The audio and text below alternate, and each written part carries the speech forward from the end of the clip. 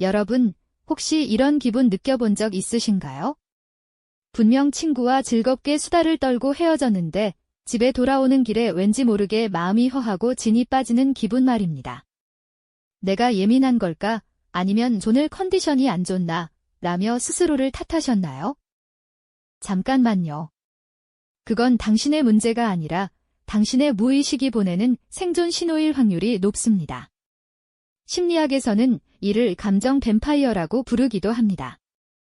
겉으로는 웃고 있지만 사실은 당신의 자존감과 에너지를 야금야금 갉아먹는 존재들. 바로 가짜 친구입니다.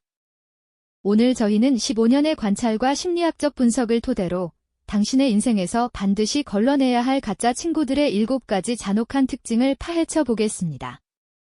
이 내용을 끝까지 들으신다면 지금 머릿속에 떠오르는 그 사람이 당신의 진정한 동반자인지 아니면 당신을 파괴하고 있는 존재인지 명확히 알게 되실 겁니다. 가장 먼저 주의 깊게 살펴봐야 할 모습은 그들이 당신이 없는 곳에서 어떤 말을 하느냐입니다. 가짜 친구들은 당신이 없는 자리에서 당신의 인생을 안주거리로 삼는 데 주저함이 없습니다. 얘야, 이거 너만 알고 있어? 로 시작되는 말들 참 익숙하시죠?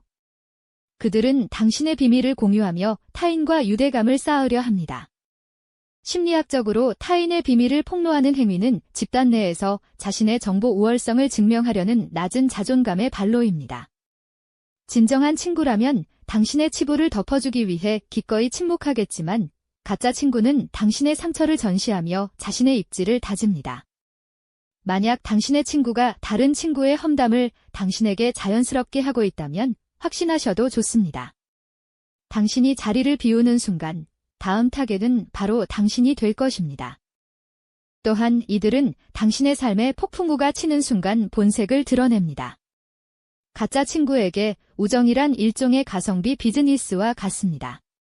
당신이 잘 나갈 때는 그 혜택을 누리기 위해 곁에 딱 붙어 있지만 당신이 고난에 처해 자신에게 조금이라도 손해가 올 것 같으면 가장 먼저 구명보트를 타고 도망칩니다. 심리학의 방관자 효과를 이들은 아주 영악하게 이용하죠. 당신이 억울한 누명을 썼을 때나 누군가에게 비난받을 때 그들은 절대 당신 편에 서서 싸워주지 않습니다. 오히려 나도 사실 그렇게 생각했어 라며 가해자의 편에 서서 당신을 밟고 올라가기도 합니다. 그들에게 당신은 지켜야 할 인격체가 아니라 상황에 따라 언제든 버려도 되는 소모품일 뿐이기 때문입니다. 사실 그들은 당신과의 우정이 자신들의 작은 위험조차 감수할 만큼 가치 있다고 생각하지 않는 것입니다. 약속을 대하는 태도에서도 가짜의 향기는 진하게 풍깁니다. 혹시 주변에 약속 취소를 밥 먹듯이 하는 친구가 있나요? 미안, 갑자기 일이 생겨서 깜빡했다 같은 말들을 습관처럼 내뱉는 사람들 말입니다. 이건 단순한 건망증이 아닙니다. 심리학적으로 약속을 일방적으로 파기하는 행위는 무의식적으로 내 시간이 너의 시간보다 소중하다는 권위의식을 과시하는 것입니다. 당신은 그와의 만남을 위해 며칠 전부터 스케줄을 조정하고 설레는 마음으로 준비했겠지만 그는 당신을 심심할 때 찾는 대안 정도로만 생각합니다. 아무리 여러 번 상기시켜도 그들은 나타나지 않거나 직전에 취소하기 일쑤죠. 이런 사람들은 당신을 위해 나서줄 거라고 절대 믿을 수 없는 존재들입니다. 더 나은 제안이나 더 재미있는 스케줄이 생기면 당신과의 약속은 언제든 휴지통으로 직행하기 때문입니다. 더 교묘한 이들은 당신을 집단 내에서 은밀하게 소외시키기도 합니다. 단체 활동에서 당신을 초대하는 것을 일부러 잊어버린 척하거나 당신이 정성껏 계획을 공유해도 자신들끼리만 따로 모여 즐기는 식이죠. 이것은 명백한 수동적 공격입니다. 대놓고 싸우기는 싫지만 당신이 소외감을 느끼며 작아지는 모습을 보며 은근한 우월감을 느끼는 잔인한 심리입니다. 나중에 따져 물으면 너도 당연히 오는 줄 알았지 혹은 깜빡하고 말을 안 했네 라는 비겁한 변명을 늘어놓습니다. 이런 고의적인 배제는 우정이라는 아름다운 이름 아래 행해지는 가장 비겁한 폭력 중 하나임을 잊지 마세요. 또한 가짜 친구의 전화기 스위치는 그들에게 필요가 생길 때만 켜집니다. 얘야, 잘 지내지? 다름이 아니라 정말 큰 부탁이 있어서. 이런 상황이 너무나 익숙하게 들린다면 그 사람은 100% 가짜입니다. 가짜 친구에게 당신의 연락처는 비상시에만 꺼내 쓰는 도구함에 불과합니다. 심리학에서는 이를 도구적 관계라고 부르는데 이들은 당신의 안부나 마음 상태에는 눈꼽만큼의 관심도 없습니다. 오직 자신의 문제를 해결해줄 당신의 능력이나 자원만이 필요할 뿐이죠. 몇 주, 몇 달 동안 연락을 끊었다가 갑자기 나타나 부탁을 하는 게 전혀 미안하지 않은 사람들입니다. 당신이 그들의 요구를 들어주는 순간 그들은 다시 당신의 삶에서 안개처럼 사라져 버릴 것입니다. 칭찬을 할 때도 그들은 독을 섞습니다. 겉으로는 축하하는 척하지만 속으로는 비꼬는 말을 하는 친구들을 본 적 있으신가요? 생각보다 잘했네, 기대 이상인데 오늘 평소보다 훨씬 예뻐 보여 같은 말들 말입니다. 들었을 때 기분은 좋은데 묘하게 뒤끝이 찝찝한 이 말들을 심리학에서는 백핸드 컴플리먼트라고 부릅니다. 가짜 친구는 당신의 성공을 진심으로 축하할 에너지가 없습니다. 당신이 잘 될수록 자신이 상대적으로 낮아진다고 느끼는 지독한 열등감 때문입니다. 그래서 대놓고 비판은 못하고 친구 사이에 가벼운 농담인 것처럼 포장해서 은근히 당신을 깎아내립니다. 그들은 겉으로 드러내고 싶지 않은 질투를 이런 식으로 배설하며 당신의 자존감을 갉아먹습니다. 마지막으로 그들과의 대화가 언제나 일방통행은 아닌지 살펴보세요.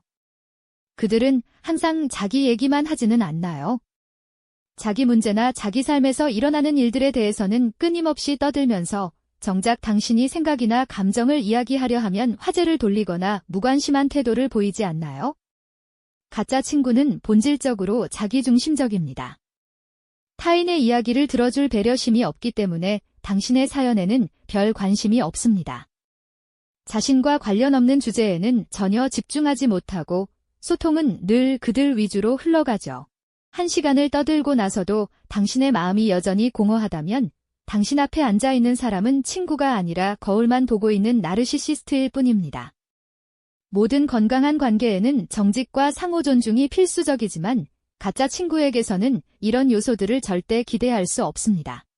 여러분, 여기까지 들으면서 누가 떠오르셨나요? 가슴 한구석이 서늘해지며 특정 인물의 얼굴이 스쳐 지나갔다면 여러분의 그 직감을 믿으셔야 합니다. 가짜 친구와 인연을 정리하는 것은 무언가를 잃는 상실이 아니라 당신의 삶을 깨끗하게 만드는 청소입니다. 썩은 사과를 한 바구니에 담아두면 결국 멀쩡한 사과까지 모두 썩어버리고 맙니다. 한때 가까웠다고 생각했던 사람들이 가짜였다는 사실을 인정하는 건 분명 고통스러운 일입니다. 하지만 진실을 외면하고 당신에게 독이 되는 사람과 계속 함께하는 건 당신 자신을 더욱 힘들게 만드는 일입니다. 당신의 인생이라는 소중한 정원에 독초가 자라게 두지 마세요. 이제 당신의 귀한 에너지를 당신을 진심으로 아끼고 있는 그대로의 당신을 존중하며 당신의 성장을 진심으로 응원해주는 진짜 사람들에게만 집중하시길 바랍니다. 당신은 충분히 사랑받고 존중받을 자격이 있는 소중한 사람입니다. 오늘 심리학 라디오가 준비한 이야기는 여기까지입니다. 내용이 공감되셨다면 좋아요를 눌러주시고 이 이야기가 꼭 필요한 분들께 공유해주세요. 여러분도 가짜 친구 때문에 상처받았던 경험이나 그 관계를 용기 있게 정리했던 경험이 있다면 댓글로 남겨주세요. 여러분의 고백이 누군가에게는 새로운 시작을 위한 큰 힘이 될 것입니다. 구독과 알림 설정을 해두시면 매일 더 건강한 마음을 만드는 심리학 이야기를 만나보실 수 있습니다. 시청해주셔서 진심으로 감사합니다. 저는 다음 영상에서 더 유익한 이야기로 다시 찾아뵙겠습니다. 오늘도 마음 편안한 하루 보내시길 바랍니다.